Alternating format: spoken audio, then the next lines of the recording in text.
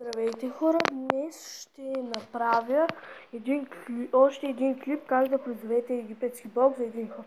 Реших да направя клип на трите египетски бога, как можете да ги призовете за един ход, нали, отделно. И този път съм избрал Зара. И ще ми остане да ни е за Слайфър. Измислих Зара, но за Слайфър още не съм. И тук е много лесна стратегията. Нуждаете се от две карти, трики спел 4 и да трики. Първо, нали картите в ръката. Щом имате тези карти в ръката, значи можете да призовете тази карта тук е рандом, каквато и да е, няма значение. Първо призовавате да трики специално, като жертвате една карта от ръката си и отива в гробището. После активирате трики спел 4.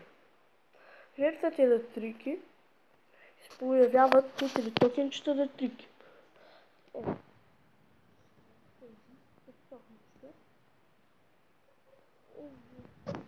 Така. Сега. Те са с по...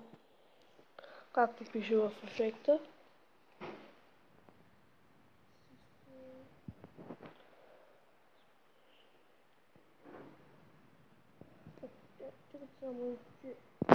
Тук, ако който иска да чете, да види, че те са с по...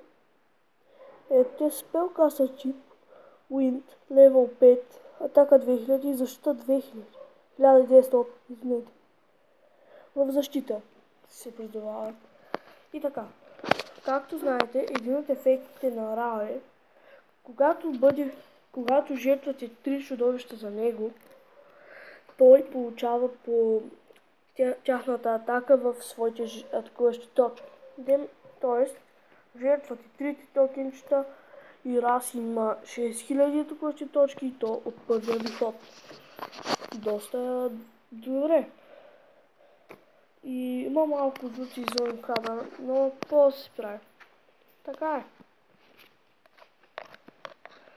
е. Това беше от мен, Виктор Стойко. Пишете в коментарите дали ви е харесало.